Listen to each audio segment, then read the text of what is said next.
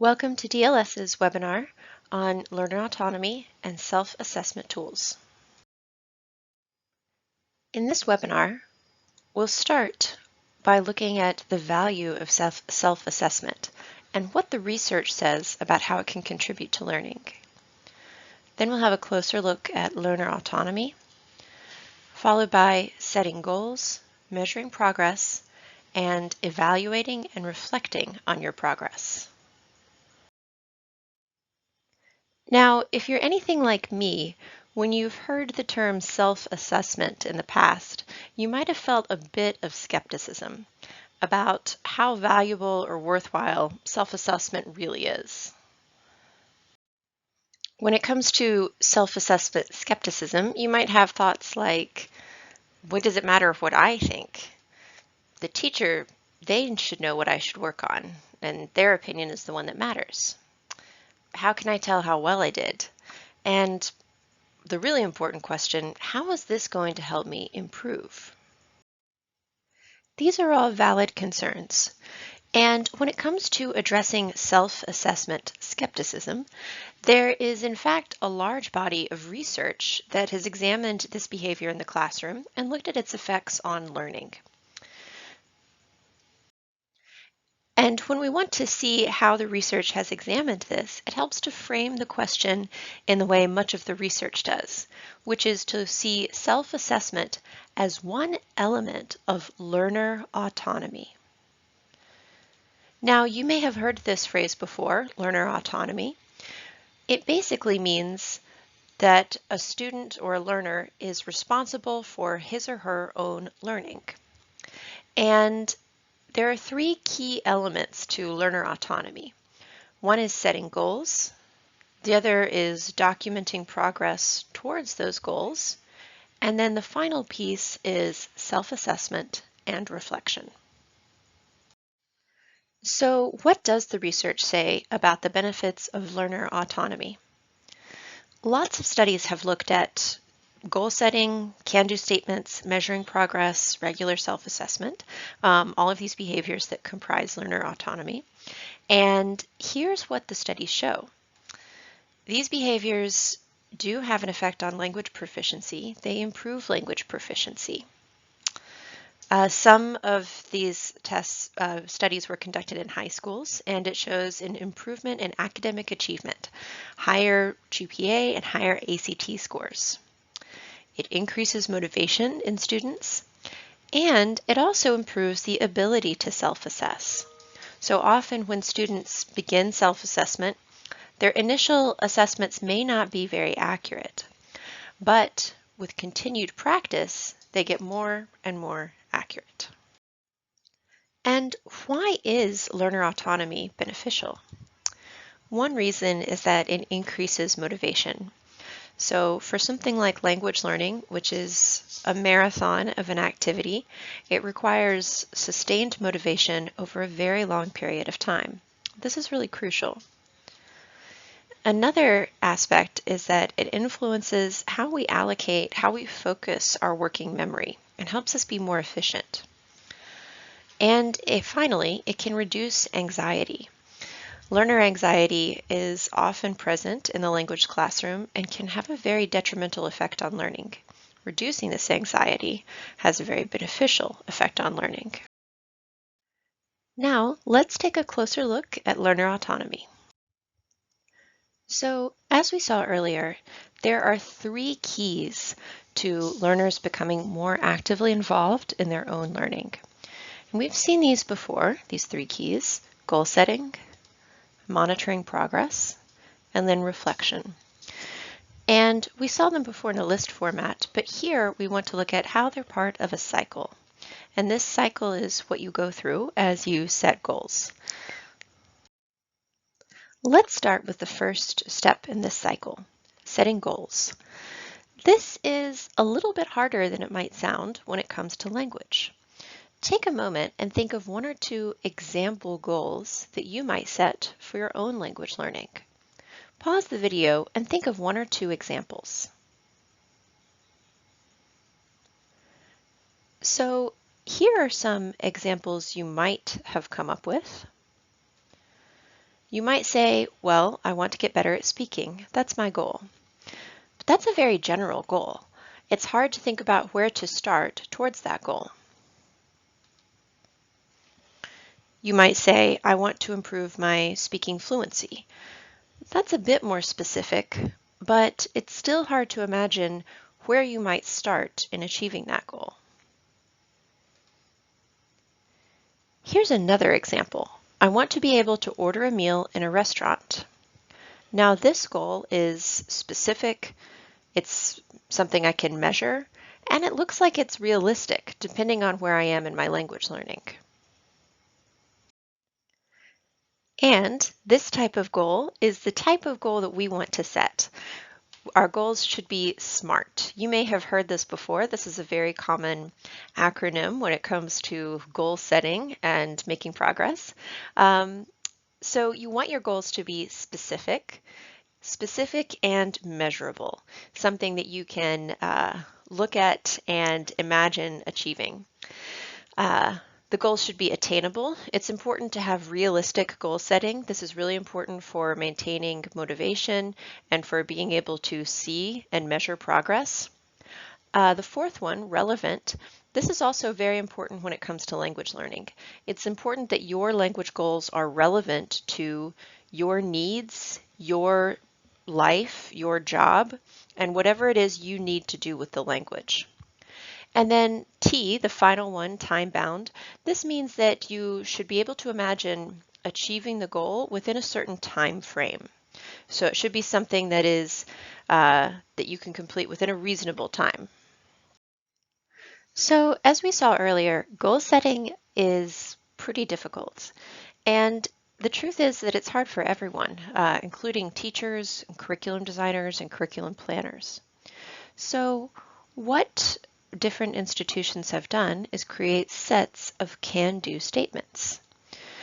Probably the most comprehensive and well-known one is ACTFL from the American Council on Teaching of Foreign Languages, and they have created a very detailed and comprehensive set of can-do statements. Another is the ILR level descriptors and the ILR self-assessments. You'll see links to those at the end of this presentation. And then finally, what we'd like to give you today are the DLS adapted can-do statements. So how we created these is we started with the ACTFL can-do statements, and we adapted those to fit the ILR levels. And then we adapted them a little further to fit our students and their needs and their environments.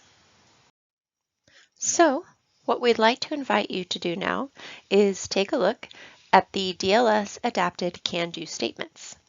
These can be found in Moodle.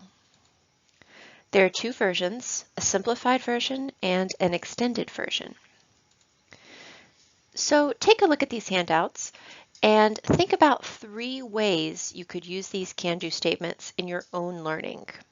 For example, would you use them to set goals, to diagnose where you are, your current level, or would you use them for self-assessment? And then finally, think about the question, would you discuss these in class with your teacher, and what would be the benefits of doing so? Now that you've had a moment to look at the can-do statements, let's talk a little bit more about how to use them.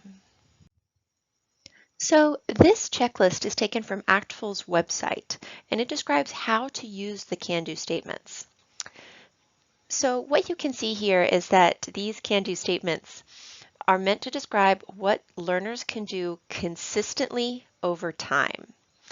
Even though they're written as a checklist form, they're not meant to be demonstrated once and then checked off forever.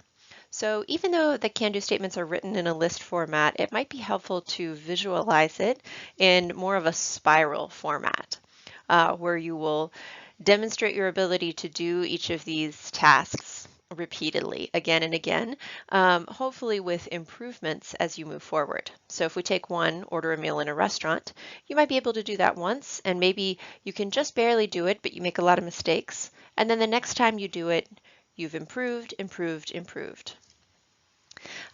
We've already talked about how can-do statements are used to help learners set goals.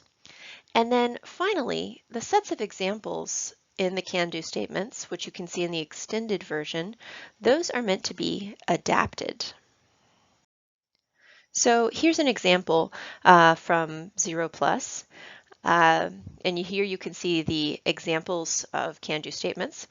So again, these are meant to be adapted based on your interests and your needs, or maybe even on the textbook you're using.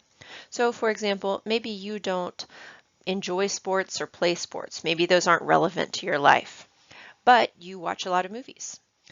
Or maybe you don't really have time for free time activities right now, but maybe you have children.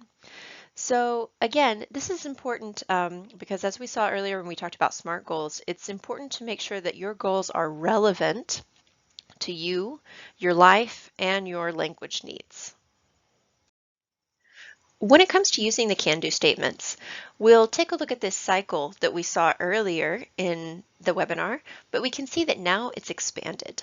So we start at the top, and the can-do statements are a great way to diagnose and determine your current level.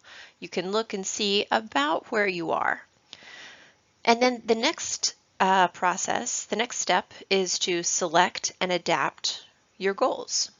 So for example, you might select the goal of returning a shirt that you bought to the store. So returning an item of clothing. This is a typical task for ILR level 2, handling a situation with a complication. The next step is to select strategies for achieving that goal. So you might think about what vocabulary you need, what grammar you need, and how you're going to practice and learn those vocabulary and grammar items. The next step is to demonstrate achievement of that goal. So how are you going to demonstrate that you can do this?